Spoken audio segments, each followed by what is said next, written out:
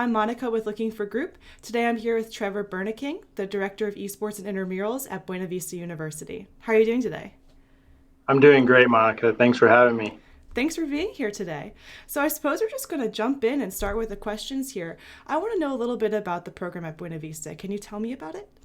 How did it get started? Yeah, sure. So this last spring, or actually last fall, so fall of 19, our former president came to myself and another coworker and asked us to start researching esports and figuring it out if it would be something that Vista could um, sponsor and bring a part of our co-curricular opportunities here in Storm Lake. So we went to a NACAD in Des Moines early March, right before COVID hit, and by May we were announcing that we were getting a program. Wow.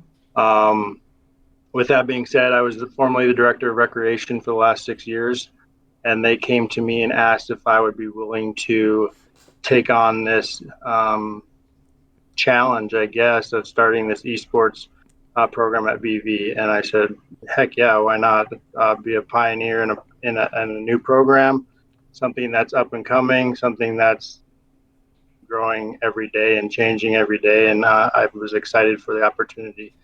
So yeah, so here we are. We're started our program and just getting started, to be honest. So we're not really competing yet. We're doing some casual game nights and stuff like that, but still kind of focusing on getting our arena and stuff set up. But Yeah. yeah, that's where we're at. Do you want to tell me a little bit about your plans for the arena? What kind of space are you thinking of? How many PCs or units are you going to have here? What's the dynamic that you have in mind?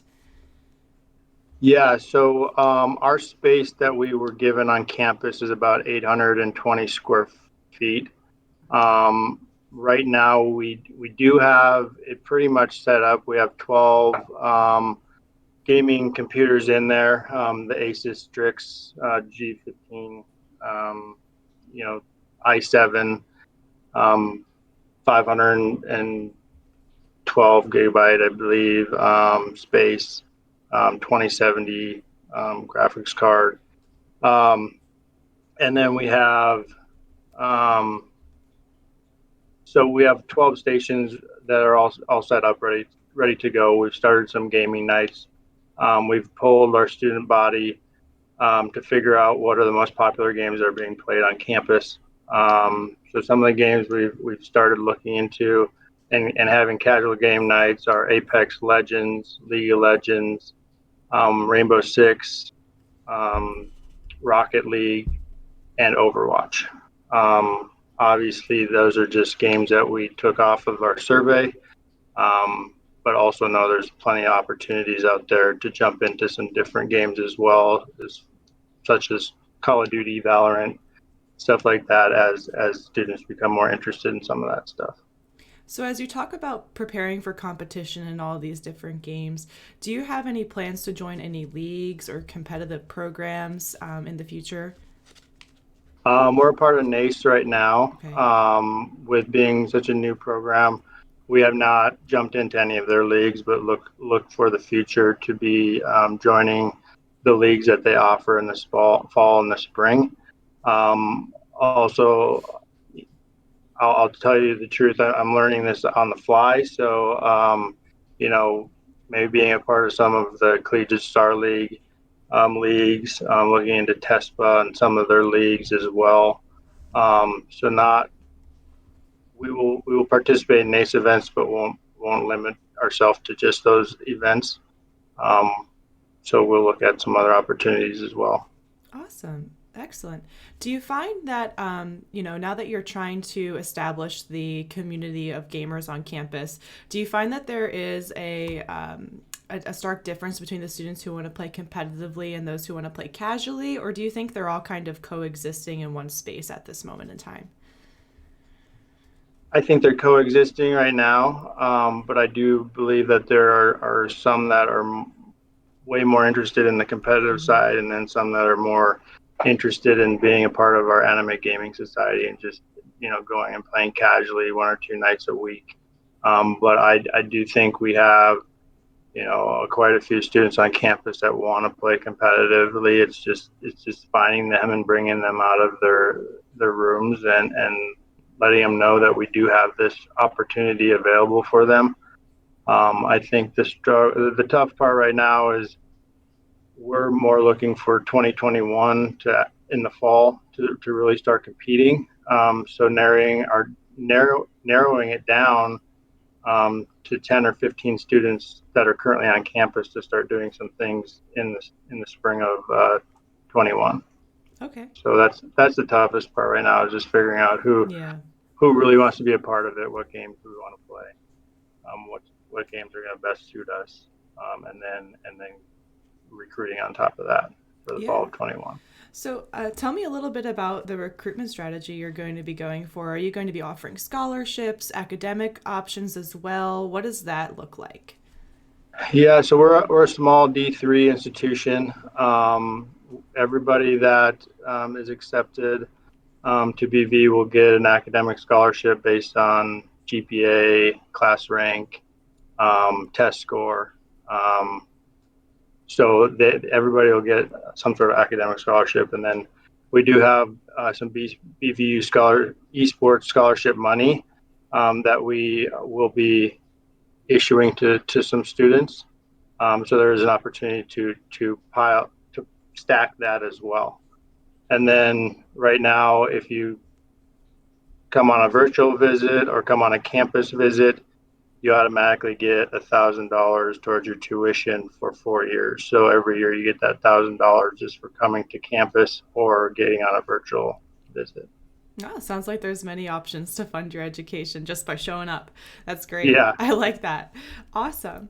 So, as you're strategizing for the future and your recruitment strategy, if there's a student watching this right now who might be interested in applying to your program, what kind of advice would you give them, maybe specific to the application process to BV or just generally as an esports leader to these students? I think the biggest thing is don't, you have, the bigger schools like Mizzou and Boise State, and then you have some smaller schools like Grandview, Illinois Wesleyan that have pushed their way kind of to the top of the esports scene right now. But don't be afraid to branch out and look at some newer programs that are coming into existence, because it's a great opportunity for you to build a program, to be a pioneer of the program, to be obviously like our first ever recruits Mm-hmm. here at BV, and then look back at that at some point and see how hopefully that we are successful in not only the competition side, but successful in graduating students and developing them for the real world by building communication skills and leadership skills and teamwork skills. So um, don't don't be afraid to branch out and expand your college search. I think obviously those programs have awesome um, they have awesome programs. They've built it from the bottom up, but it took them a few years. So it might take us a few years too. But you can be that pioneer of this program. I think that's something really important that isn't stressed enough. There's so many young professionals who are graduating from their alma maters and jumping right into building esports programs for them. I'm definitely one of those individuals myself, not with my alma mater, but, developing those professional skills, as someone who's done that, it's really crucial for your career trajectory.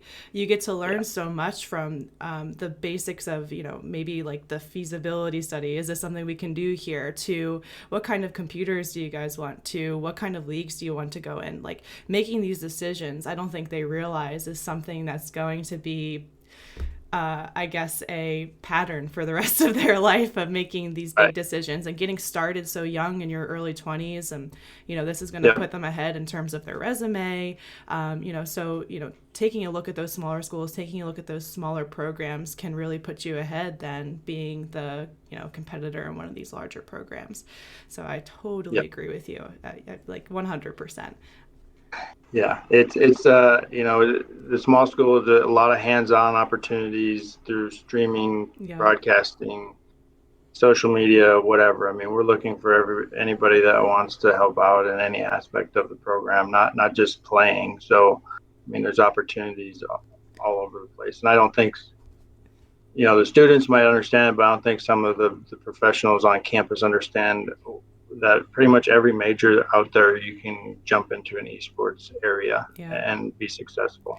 Absolutely. And one of the benefits of this is a lot of this talent comes naturally to these students, this broadcasting ability, this ability to, speak the esports language is just kind of ingrained within them. And I just don't think anybody really knows how valuable that is yet, Right. including the students. But I think we're going to see a shift in that soon, thanks to, people like you and, everybody else who's working on these initiatives.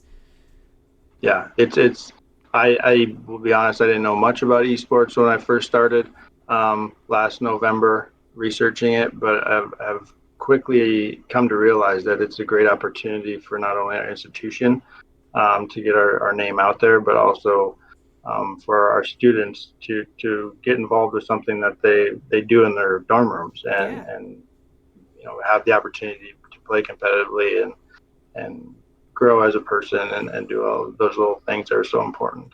Yeah. I think overall, gaming provides like a really well-rounded experience, especially when you can get some recognition from an administrative level to organize and recognize that group of typically underrepresented students who would, maybe fall through the cracks and not find a place or a club to join because there wasn't anything that existed. So Right. it's just really great that this new opportunity is opening up so many doors, not only at the collegiate level, but professional and beyond as well. So Exactly. you really hit that nail on the head. Mhm. Awesome, Trevor. Well, is there any other information that you want to provide about BV's program before we conclude the interview today? I think I don't know if, from my understanding, we're the first American Rivers Conference school to have a competitive program. I think Ah, there's some that have some club programs, but we're the first one to push it to the competitive level. Um, so that's really exciting. And looking to grow. Obviously, I mean, we have 12 computers now, and if we hit our recruiting goal and get some students on campus, I can see us getting a few more here coming in the near future, just for the need for it. Looking at all the other schools that have been successful, um, obviously growth rate is pretty quick. yeah. So, um, give us a chance. We have a lot to offer us. Our campus is pretty amazing, beautiful campus. It's right on a 3,000-acre lake. So if Oh, you like wow. to canoe, kayak, fish, do all that stuff, we have it right here, and it's all free for them to do.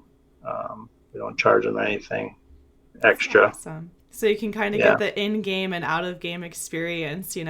Oh yeah, for sure. That's Yeah, there's awesome. lots of opportunities. So That's awesome. Well, Trevor, thank you so much for taking the time to interview with me today. yeah, no problem. Thank you, Monica. Of